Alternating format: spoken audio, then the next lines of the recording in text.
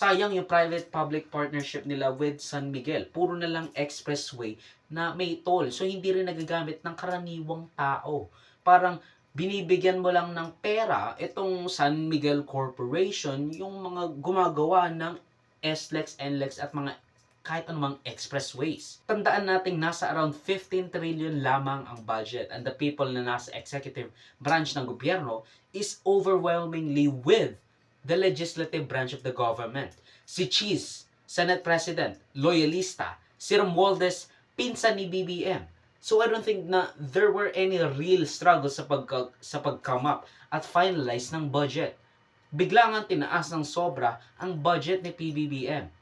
Ang schedule ng pagpasinaya and signing ng naturang budget ay ipinospone dahil sa mga ugong-ugong ng pagkadismaya sa pinasinayaang budget ng Senado at Kamara.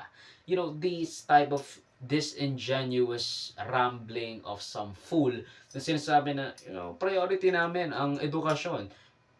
When in fact, ang ginawa mo lang naman is in-average mo yung dalawang budget, tapos nagdagdag ka ng 0.25% dun sa edukasyon para masabi na mas mataas pa rin ang edukasyon. That's disingenuine. But, I don't really care about this at this point. Ang sinasabi ko lang, ang dami nyong kinaltas sa state universities and colleges, sa CHED, sa DepEd. Di ba?